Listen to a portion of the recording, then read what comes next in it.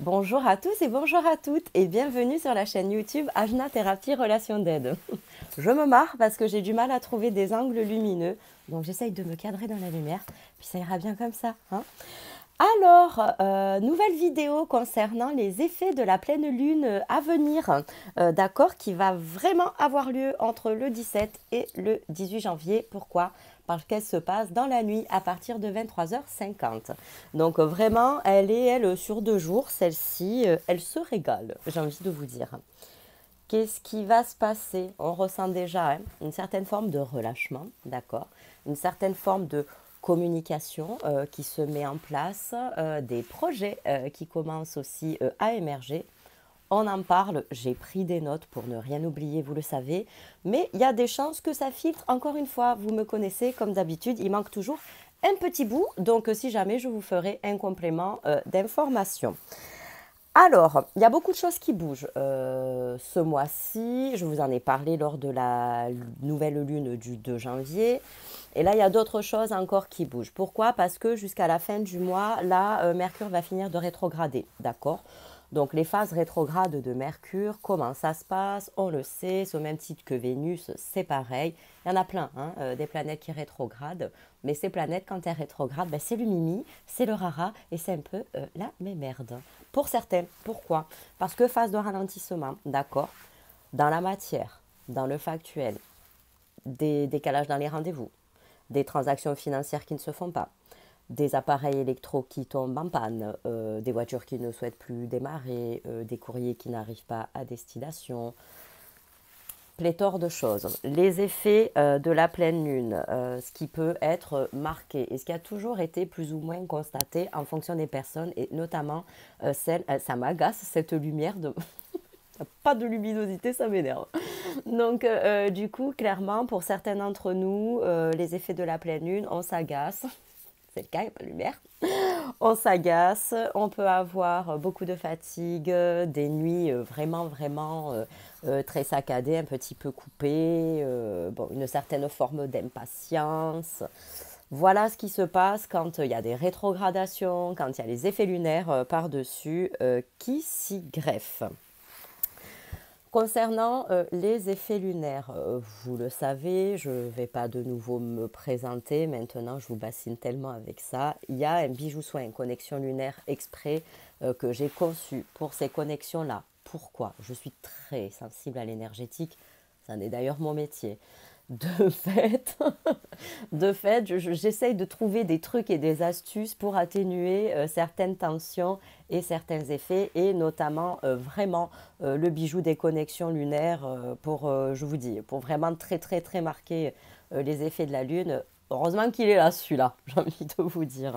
Donc, je vous remettrai sa fiche technique, je le ferai de nouveau passer sur les réseaux.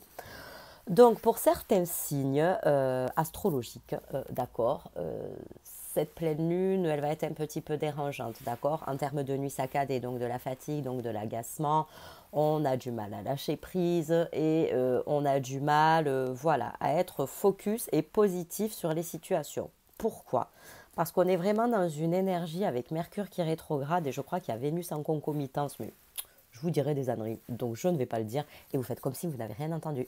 Voilà, ce petit clin d'œil, vous n'avez rien entendu. Bon, clairement, il y a des effets communication, d'accord? L'effet de communication, c'est-à-dire que quand les planètes rétrogrades, quelles qu'elles soient, à un moment donné, on rentre vraiment dans cette phase d'introspection, d'accord?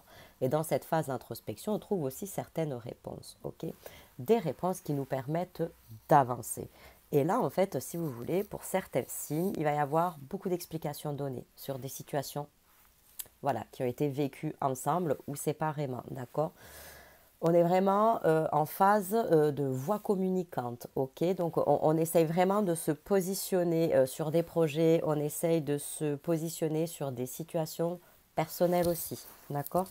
Pour certains et certaines d'entre nous, les énergies vont vraiment calmer, apaiser. Ça, c'est vraiment, je l'ai constaté pour les signes d'air, notamment les Verseaux. C'est vrai que je dors mieux depuis un petit moment, voilà. Mais pour les signes d'air, les énergies sont un peu plus calmantes. Pour les signes de terre, type les Capricornes, c'est un petit peu plus énergique. Pourquoi? Parce qu'on a l'impression que les situations sont bloquées, on a besoin de beaucoup d'explications, on a besoin de comprendre en fait ce qui se passe pour pouvoir se libérer de ces formes de tension en fait. Parce que on est invité dans le lâcher prise pour cette pleine lune, ok, mais il y a vraiment des tensions qui sont bien présentes. Donc effectivement, il y a certaines personnes qui se prennent les effets de la pleine lune vraiment en pleine face. Hein. Ouais, vous les voyez, hein, les notes là, j'ai pris à la volée. Donc comme je vous disais, clairement, il y a vraiment cet aspect communicatif. Donc on y va. Hein. Tout ce qui est gestation de projet, on approfondit, on a besoin d'aller plus loin. Tout ce qui est il faut apporter des éclaircissements dans les couples, hein. Par exemple. Là, c'est revenu beaucoup au niveau des amours. Dans les couples, quels qu'ils soient, flammes jumelles, parcours flammes jumelles ou pas, il y a besoin de beaucoup d'explications. Clairement, nous sommes depuis janvier 2021, nous sommes rentrés dans l'ère d'abondance, dans l'ère du Verseau. L'ère du Verseau, je suis contente, c'est mon signe, c'est l'ère vraiment de la communication, de l'humain et de la vérité. Le Verseau est au plus proche de l'humain, hein, d'accord? Donc là, dans ces énergies lunaires, on cultive vraiment cette ouverture d'esprit, cette curiosité, cette créativité intellectuelle. N'hésitez pas à partager vos idées aux gens que vous sentez, aux gens à qui vous avez envie de faire confiance pour vos projets. Pourquoi? Parce que ça va être porteur, d'accord? Donc, pour les personnes qui ont du mal à trouver certaines résolutions dans leur situation, on prend l'air, on crée de l'espace dans le disque dur, on passe par les soins quantiques, si jamais on passe par les séances de médiumnité, par des nettoyages, d'accord, de façon à vous amener une certaine compréhension et aussi un désencombrement énergétique saturé, d'accord. Il faut savoir qu'à partir du 20 janvier, jour de l'anniversaire de ma fille, mon bébé, à partir du 20 janvier, le soleil passe en Verseau. Alors là, c'est génial parce que quand il passe en Verseau, le soleil, la spirale est heureuse.